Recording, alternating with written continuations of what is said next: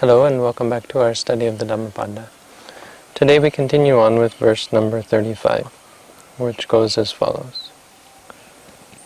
Dunniggahassa lahuno yatthakāmanipātino cittassa damatho sādhu cittaṃ dantaṃ sukhāvahaṃ, which means difficult to restrain, flighty, landing upon or lighting upon whatever it desires. The taming of the mind is good. The tamed mind brings happiness. So, another really pointed teaching from a meditative point of view. And this one has very much to do with meditation. It's actually quite a story, well known among Buddhist circles. The story goes that there was a village called Matia, and there was a group of 30 bhikkhus who went to practice meditation there.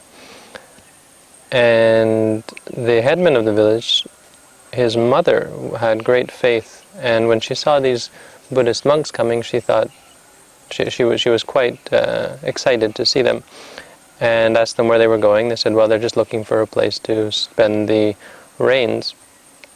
And so she immediately jumped upon it and said, look, if you stay here, then I'll be able to take the precepts and follow your listen to your teachings and learn more about the Buddha's teaching and have a very good chance to study and practice the Buddha's teaching. So she said, please stay here and we'll build you a monastery. And so, poof, just like that, they built off in the forest a monastery for these monks with the hopes or under the promise that they would stay there for the rains.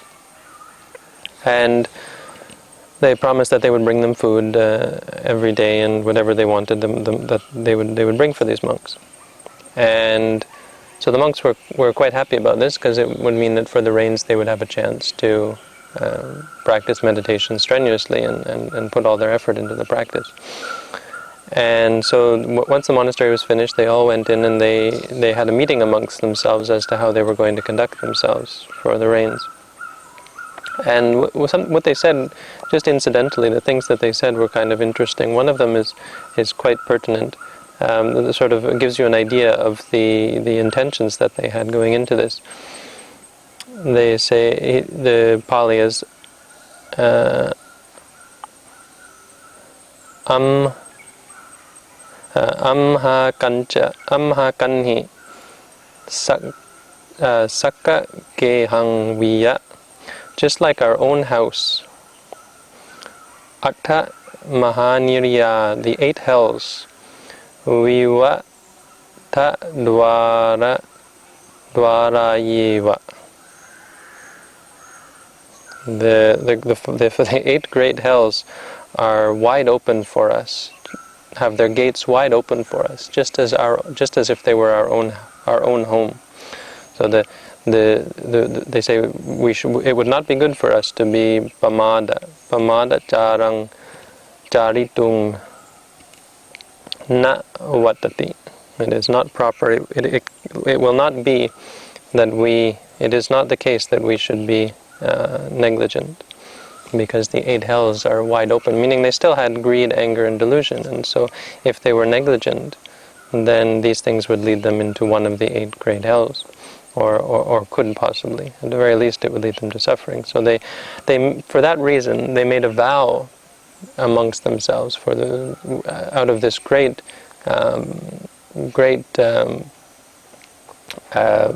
anxiety or fear that they all had of the possibility of going to a bad place, and out of a desire to become free from it. They made a very extreme sort of agreement a very hard agreement with themselves, strict agreement with themselves, that during the rains retreat they would, as best as possible, not talk to each other. Now what it says that they did is In the morning they would meet for alms, so then they would maybe even discuss where they're going to go on alms, who's going to go on which route, and who's going to go in which direction. And in the evening they would meet together to pay respect to the elder monks and to do the duties towards whatever monk is elder and so on. But apart from that, they would say, we will not meditate two monks in the same place. We will not go on alms round, two monks on the same road. We will not meet eye to eye, and out of fear that we might begin to converse and therefore give rise to defilement.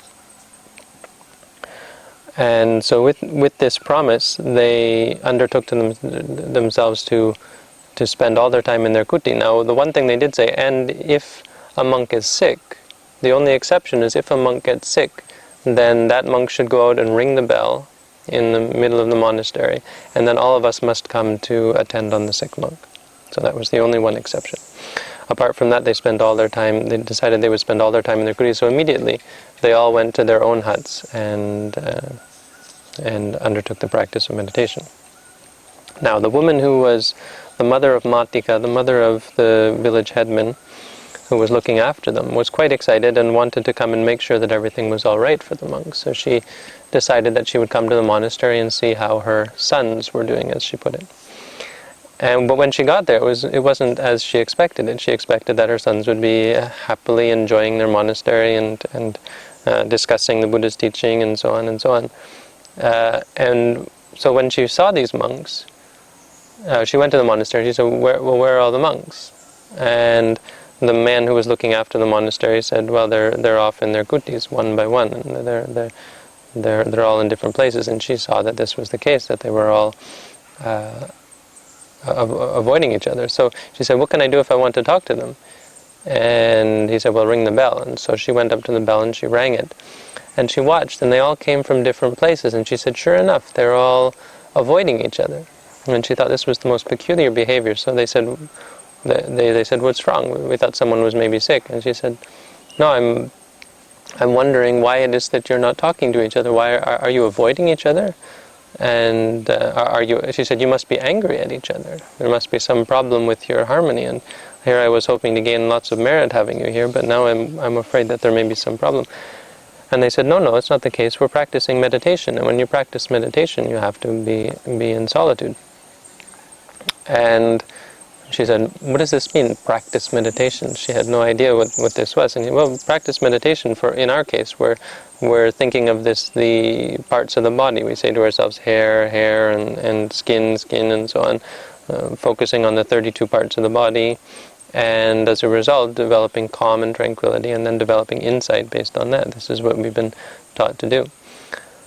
And she said, that's quite interesting, actually. And she said, is it only monks who can practice this teaching? And he said, no. And they said, no, anyone can practice this teaching. And she said, well, then can you teach it to me? And so they taught her these 32 parts of the body.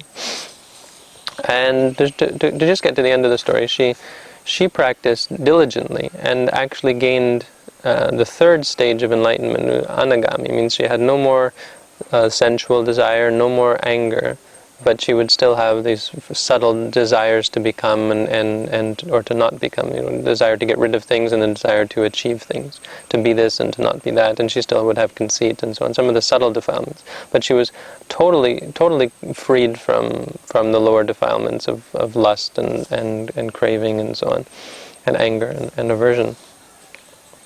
And she thought, wow, this is wonderful. She said, well, I wonder, when did these monks attain this state? And she used these powers that she gained as a result of her enlightenment, to send her mind out and to examine these monks. And she said, these monks are still full of greed, anger, and delusion. They haven't gained anything. She said, what's wrong? They've been here for some time practicing meditation.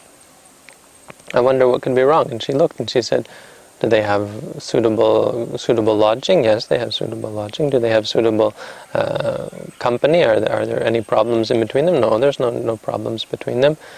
Do they have suitable food? And she said, they don't have suitable food. And so she thought to herself, she sent her mind to all the monks, and she thought which monk needs what sort of food. And she realized what sort of food that the monks wanted, and what sort of food would make them, would bring them comfort in their meditation. And so she prepared these foods for them, and apart from that, prepared everything for them. Whatever they needed, whatever they were lacking, or whatever she knew for herself would help them, she brought it to them. And as a result, the monks were all able to attain arahantship. As a result of attaining arahantship, they said to themselves, wow, at the end of the rains, they said to themselves, the time has come for us to go in to see the Buddha. And so they went back to see the Buddha, and the Buddha said, oh, you all look bright and radiant. You must have had suitable lodging and food and so on. And they said, oh, did we ever? This laywoman, she attained anagami, and she was able to read our minds, and she got us whatever we want. And the Buddha said, oh, that's great, good for you, and so on. It was something profound, of course. They had become arahants.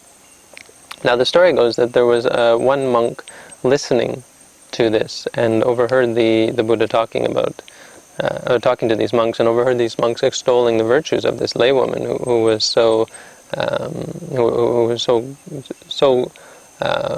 perfect, or in such a clear mind that she was actually able to attain enlightenment before these monks. But what he got stuck upon is, he said he heard that this woman was bringing these monks whatever they wanted. Was so single-handedly taking care of 30 monks, and as a result allowed them to attain arahantship. And kind of out of greed, he thought, wow, if I go there, I'll get whatever I want. If I want water, I'll get water. If I want food, I'll get food. Whatever kind of food I want, I'll get it. And so he asked permission to go and stay there. Or I'm not even sure if he asked permission. He just immediately went to this monastery, and he said, okay, if this woman can read my mind, may she send someone to clean up this monastery for me, and because it would have been all covered over in leaves and so on. And immediately this man shows up, or not immediately, but after some time, this man shows up and starts sweeping the monastery. I thought, wow, that's quite incredible. And so he thinks, there's no water here, may she send some sweet water. And after some time, someone comes with some sweet water, and then he thinks, oh, and in the morning may she bring me this kind of good food and yagu or kanji or so on, with sugar and this and that and dainties and something like that. May she bring me exactly what I want. And of course she brings exactly what he thinks of. And then for lunch the same thing, and then he says, wow, this is incredible, I would really like to meet this woman. And so within no long time she comes to see him. And he asks her, he says, wow, is it true that you can read people's minds in this way? And she said, why do you ask? And he said, well, people said this. And she said, oh, and she did her best. She avoided the question completely. And he thought to himself, for sure she can read my mind, because she isn't saying no, but because of her purity, she doesn't want to say yes. And he thought, what have I done? What am I doing here? Suddenly, just the gravity of the situation occurred to him. He said, if I have one thought of lust, imagine this woman is going to know right away, and she'll probably grab me by my robe and throw me out of the monastery if she finds out of all the defilements that I have in my mind. And so the rest of the day he just was walking around paranoid, or thinking, oh, I can't stay here, I can't stay here. Ran back to the monastery where the Buddha was. The Buddha saw him coming and said, why aren't you staying at that monastery? And he said, I can't stay there. If I have one impure thought, this woman's going to know it right away. And then the Buddha gives this verse. This is the teaching that he gives to this monk. He says, look, you don't have to guard this thought or that thought. Can you do one thing? And he said, what is the one thing? And he said, you just guard your mind, watch your mind, stay with the mind, and tame your mind. The word is to tame the mind. Just go back there, train your mind, and overcome these thoughts. Work on them. Because really the truth is, this woman wouldn't have thrown him out of the monastery. As an Anagami, she would have known very, very well the defilements that were in his mind, and she would never complain at all. And she would always work in a way, as we all do, to help people to overcome these. We never get angry or upset at students when they come and tell us they have lust. In fact, because we can't read their students' minds, we need our students to tell us, that lust arose or anger arose or so on. Mahasi Sayadaw was saying like this. He was saying, well, it would be great if you could have a teacher like that who could read your minds. But if you don't have one, all you have to do is explain your situation, or it becomes your duty to explain your situation. That is the answer here. The answer is for you just to tell what is going on in your practice. Because the problem, as I've always said, is not this greed and not the anger.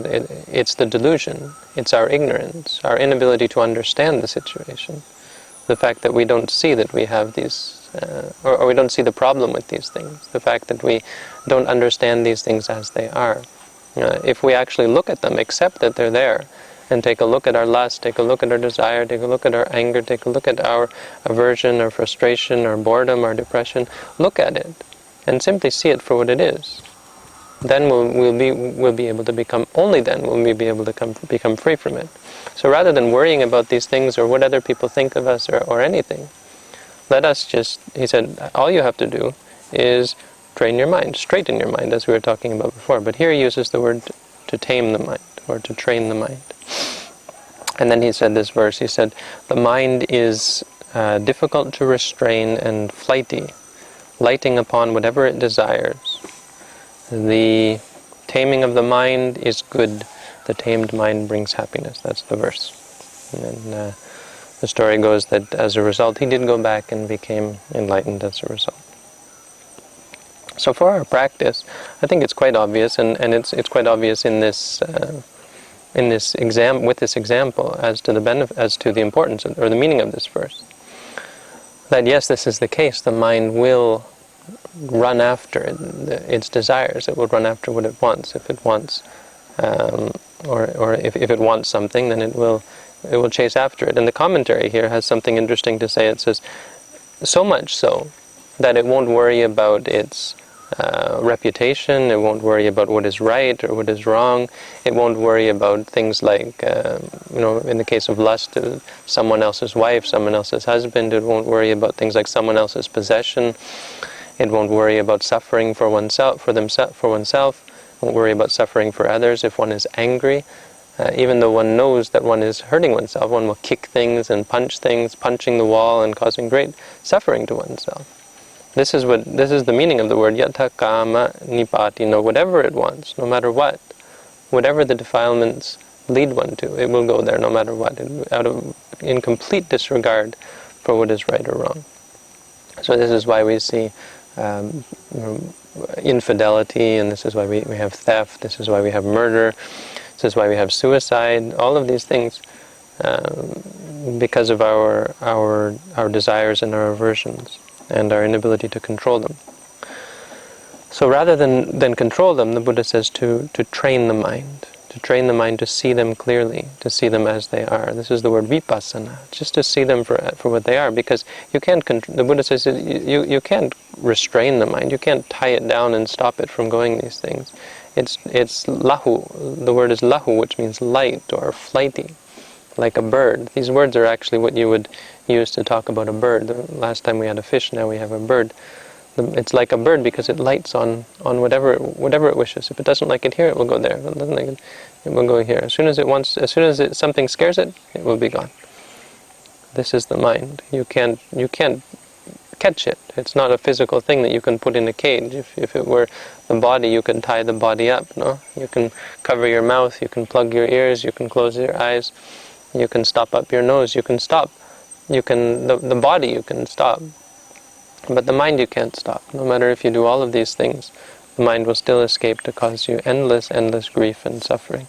In fact, if you do such a thing, you'll find, for most people, they just go crazy as a result. This is the funny thing, because you think you can control it, and the more you try to control your mind, maybe you try to take medicine. Some people, when they have headaches or when they're thinking too much, they'll take pills or drugs, and the more you take them, the worse it gets. And the more wound up the mind becomes. So the more you try to tie the mind down, the more of a problem your mind becomes. So the Buddha taught us to train the mind to see clearly. This is in the last one we were talking about straighten the mind. But the word tame here, or Dhamma, or dantaṃ, this means the making the mind like a like a trained animal, like a horse or a buffalo or something that is trained and understands what is the important thing to do. So teaching the mind to understand what is of its benefit, what is of its own benefit, and what is to its detriment. Understanding the anger, understanding the greed, seeing it for what it is. So this is very much a reminder to us that the untrained mind is the cause for all of our suffering. And it's simply by training the mind that it leads to happiness. The first kind of happiness, of course, that it leads to is that it helps us to overcome suffering. So as these monks said, it was the untrained mind that had greed, that had anger, that had delusion, that had opened up the hells in front of them. They could even see in front of them that if they were to just follow their desires, follow their aversions, it's open like the doors of their own house with a big welcome mat in front. This is what they said. So the training of the mind, the taming of the mind stops that. It stops the mind from exploding. It stops the mind from going insane. It stops the mind from following after desires and aversions and causing so much suffering. We can see it even by when people get angry, they kick things and they punch things, as they said, or they hurt other people. How we destroy our lives. Even in this world, you can understand how training the mind, taming the mind brings happiness. If you think of how the world, mostly people think that happiness comes from war, from conflict, and from victory. So what is the result of that? We see how the world has gone to war, and when the world is at war, so little peace in the world. The peace vanishes like a mirage. And what you're left with is conflict, and the victor gains the ashes of the spoils. What you get is a world of rubble and fire and suffering. The suffering that comes from war is something that we have all been told about and read about and heard the records of. Even in our society, when we look at capitalism or materialism, or when we look at this competitive society, what it has brought to us, how much suffering, how much poverty, how much lack of trust this has brought to the world. How we can't even trust our neighbors, we can't trust our community, how we can't trust the people at the stores, we can't trust the banks, we can't trust anybody, where we can no longer trust each other. Because their minds are not trained, because their minds are full of these things. Even in the family, the untrained mind, amongst family, friends, at work, if you talk to anyone about their job situation and how it's going, almost anyone in the world will be able to tell you about the fighting and the politics that goes on at work. And then if you ask people about their home life, most people nowadays, because of the nature of our minds and our desires and everyone's conflicting desires, the anger and the fighting and the harsh words, even the abuse that goes on as a result of our untrained minds, how people, even though they want to find happiness and they want others to be happy as well, they will end up bringing great suffering to both themselves and to others. This is all from the untrained mind. If we begin to practice meditation and then we consider our own lives, because of the stability of mind that comes and the ability to reflect clearly on where we've come from, we'll be able to see the suffering that we've been causing in our lives. It become quite clear to us where all of our suffering comes from, and it'll become clear to us that we were in much suffering that we didn't even realize. And we thought we were living in great peace and more or less lying to ourselves. Once you begin to practice meditation, you start to, all of this comes up, and much guilt about all of the things that you've done to hurt others when you were just avoiding it the whole time and pretending it didn't exist. And now, as your mind starts to calm down, you get to see everything that's in there. So, for someone who's practiced meditation, this is a clear teaching that it is the trained mind, the tamed mind, the straightened mind that brings happiness. So it's a good teaching for us to always remember cittaṃ, dantaṃ, sukhāvahaṃ. It's one that is often taught in Buddhist circles, that the trained or the tamed mind brings happiness. So just one more verse in our series on the Dhammapada. Thank you all for tuning in, and we'll see you again next time.